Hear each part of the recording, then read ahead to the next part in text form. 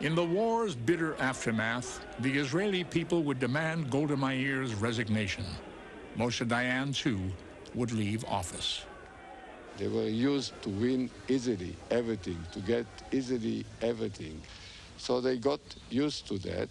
And once we came against a very difficult war, an extremely difficult war. We had to face 5,000 tanks, on both fronts, on the Egyptian and Syrian, which is more tanks than the German used when they fought the Maginot Line, more than that. And we are 3 million people. And we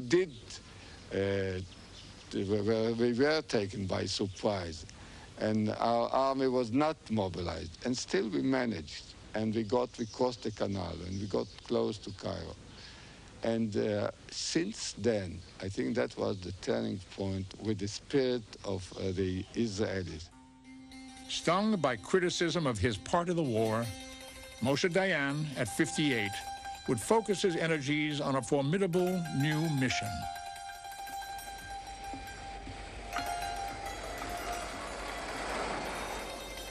Dayan had long sought a way for Israel to find a lasting peace with the Arabs. For though he had proven a relentless enemy of the Arabs in battle, he understood and appreciated their culture. Unlike most Israelis, Dayan spoke Arabic. Since childhood, he had felt at ease among the Bedouin nomads of the desert.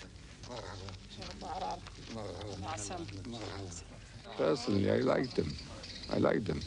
But even if I disliked them, I would have been involved in politics and realizing that we have to live with them, I would have said, for the better or for the worse, we have to find a way how to live together.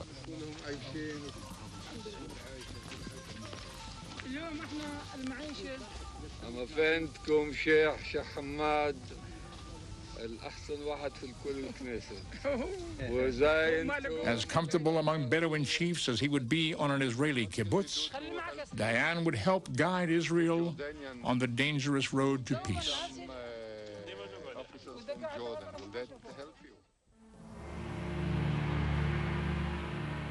Moshe Dayan's bond with the Muslim nomads of the desert came from a shared heritage based on the Old Testament and from a shared past stretching back over 3,000 years. While a soldier conducting his Sinai campaigns, Dayan would become fascinated with the history concealed beneath the sand. A passionate amateur archaeologist, he would make numerous discoveries. Dayan would explore the desert in his every spare moment, driven by a mystical bond with Israel's ancient heritage. A gifted author and poet, he would write several books inspired by a burning desire to unearth the living past. So I got fond of collecting antiquities, going to ancient places, and sometimes I felt that there is no separation between the past and the present, as if I was associated with some of the personalities that were mentioned in the Bible.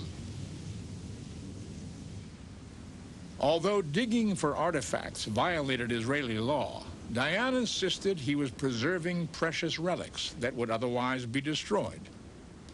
He amassed an impressive collection, valued at over $2 million, which would eventually be acquired by an Israeli museum.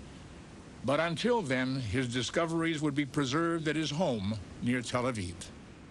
Archaeology is something that you can touch with your hands. The cooking pot, it's still got the black mark on it, and when you discover it, I have the feeling that here, that was really a cooking pot where the family had their soup or meat. So what could be really more interesting than to go into different worlds up to 6,000, 9,000 years back, period after period. And that can be done in this country. Tragically, a place deemed holy by Christian, Muslim, and Jew was also steeped in religious hatred and bloodshed. In 1977, Moshe Dayan would face his most difficult challenge: to help fulfill the elusive dream of peace. In an ironic twist of fate, Dayan would be named foreign minister by his old enemy, now Prime Minister Menachem Begin. President Jimmy Carter invited both Begin and Egyptian President Anwar Sadat to come to Camp David for historic peace talks.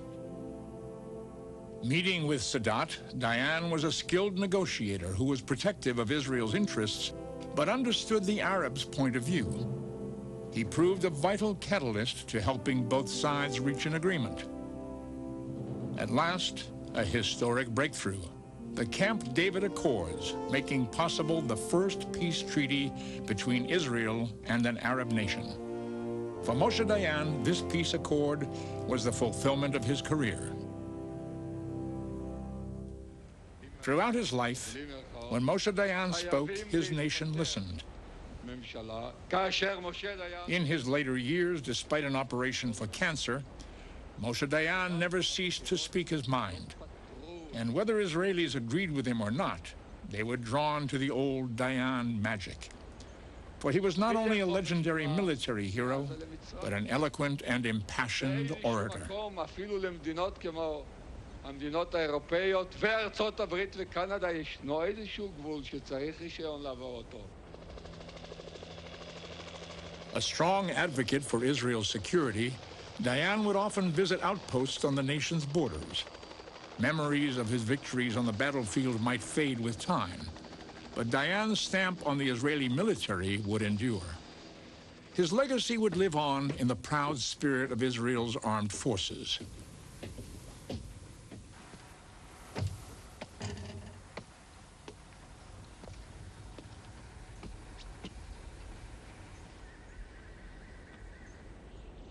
Dayan was mindful that despite the historic breakthrough at Camp David, their world was still a dangerous place.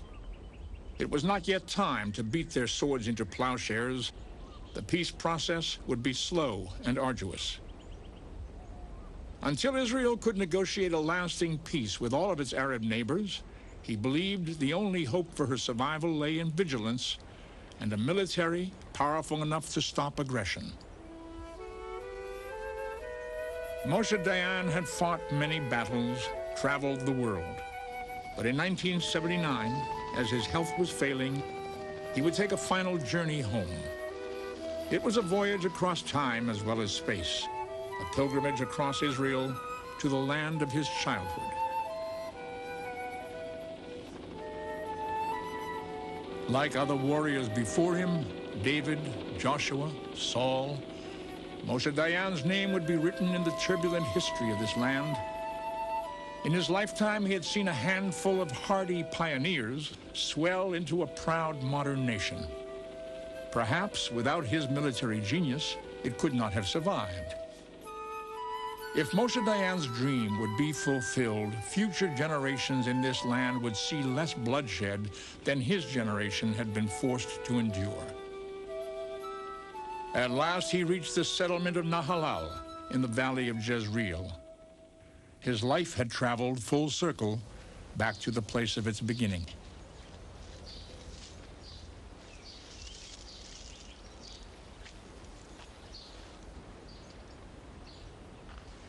Here I am going to be buried, overlooking my village, Nahalal, and being with all these people who are buried here.